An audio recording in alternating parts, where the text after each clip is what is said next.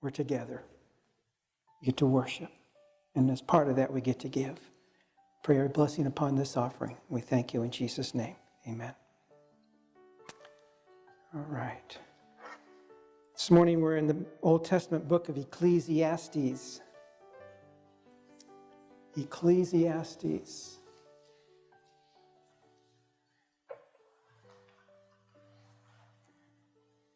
Looking at chapter 4, 9 through 12. Ecclesiastes 4, 9 through 12. While you're turning there, I want to thank Keith for his work at getting this YouTube site up. He worked till late last Sunday night getting the sermon ready and up on the internet. So last Sunday's sermon, anybody can go to the site and watch the message. Now, the QR code, if you download a QR reader on your phone, you can go there and take a picture of it and it'll take you right to it. If you know how to do that. I don't. So I don't know how to get there. But anyway, we're going to put in the bulletin other ways you can get to those sites. So they'll be up in... he's building our own YouTube channel specifically for us. And it's looking pretty good. Also, this morning, I guess there was a mix-up with the slides. Before church, we had pictures going of things that have been happening, and it was looping on a timer. When we shut that off and went to the normal service, the timer kept going. So they kept switching at not the right time. It wasn't Keith's fault. That was technology at its best.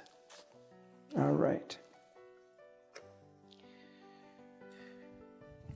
You know, it's good to be here.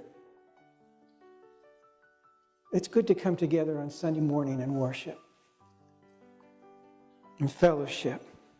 I was sitting in my office, one of the last things I do before coming in is I kind of read through my sermon. But you folks were having so much fun out here, it was a little distracting. And that's all right. That's a good thing. I heard a story about a little boy who went to church for the very first time. And after church, Mom and Dad said, well, what did you think? Did you like it? He says, the music was pretty good, but the commercial was too long. I hope this morning the commercial's not too long.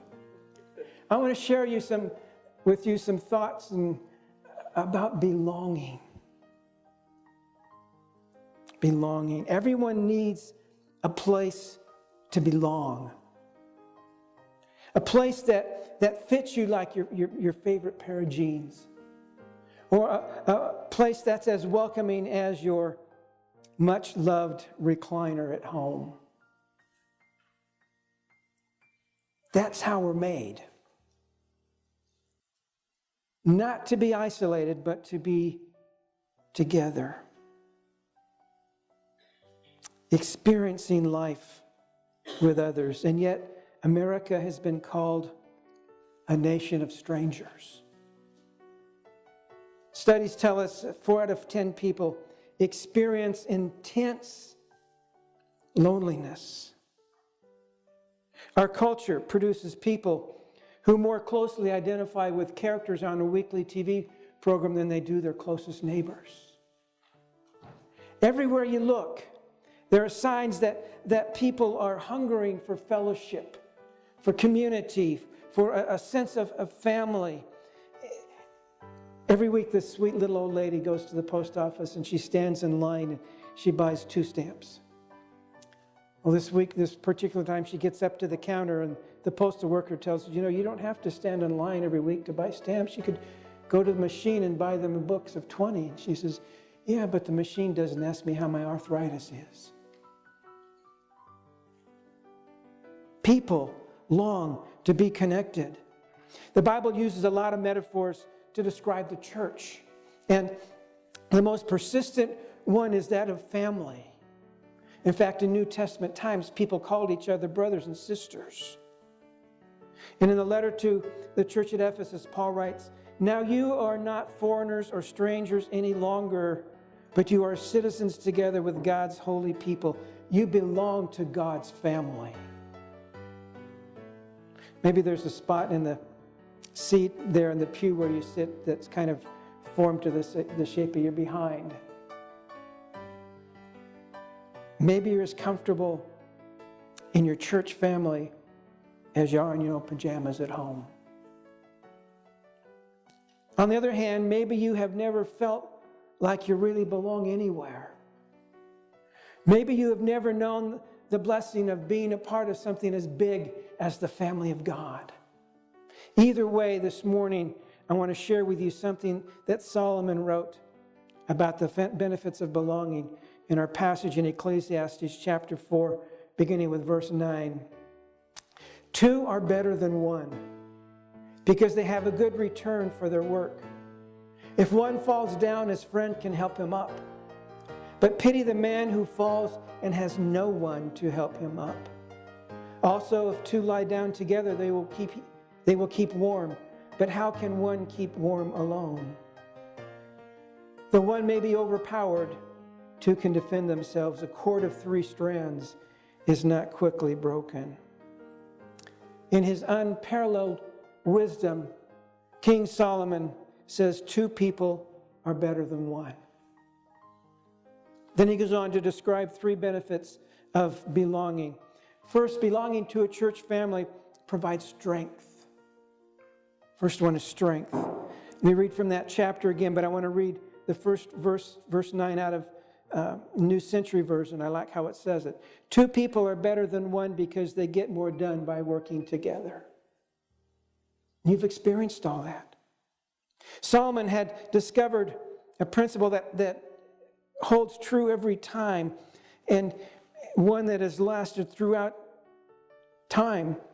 None of us can do alone what all of us can do together. There's strength in numbers. There's an old Peanuts cartoon. Lucy walks into the room where Linus is watching TV and demands he change the channel. So he says, "What makes you think you can walk in here and make demands? See these fingers? Alone they aren't worth anything. But when I curl them into a fist, they become a force to be reckoned with." Linus says, "What channel do you want?" Then he walks away and he looks at his old fingers and says, "Why can't you guys get organized like that?" The power of teamwork. None of us can do everything, but all of us can do something. In the early church, the Jerusalem church in the book of Acts, it was a hodgepodge of believers from all different kinds of backgrounds, different personalities, sometimes conflicting opinions, and yet they found a way to work together. They understood the strength in numbers. And because they did, lives were changed. History was changed. And if we follow their example, the same thing will happen again. Whether you want to help the hungry, whether you want to house orphans, I'll get it right, rebuild hurricane-ravaged communities, share the gospel, clean up the community. Whatever it is, none of us can do alone what all of us can do together. Belonging to God's family provides us with a strength to get more done by working together. Well, secondly, belonging to a church family provides support.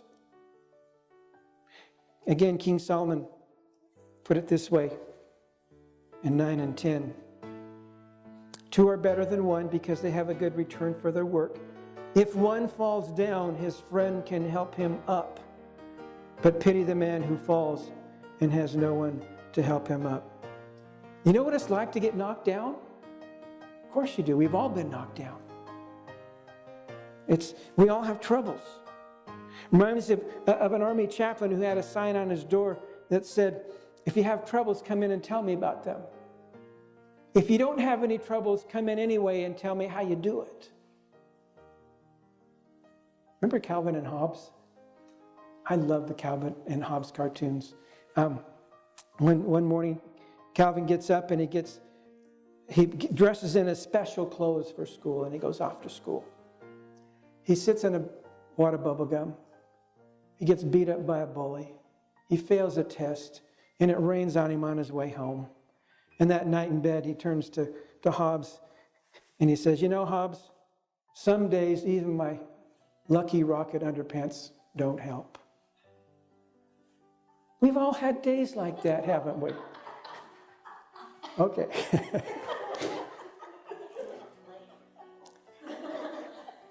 But we've all had days like that. No matter what we've done, everything just goes. And Jesus promised we would have those days. He said, in this world you will have trouble. But you know what he said next? Take heart. I have overcome the world.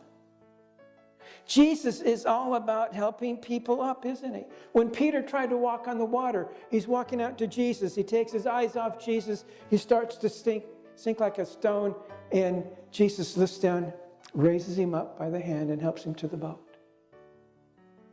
Remember the woman who was caught in adultery they brought before her?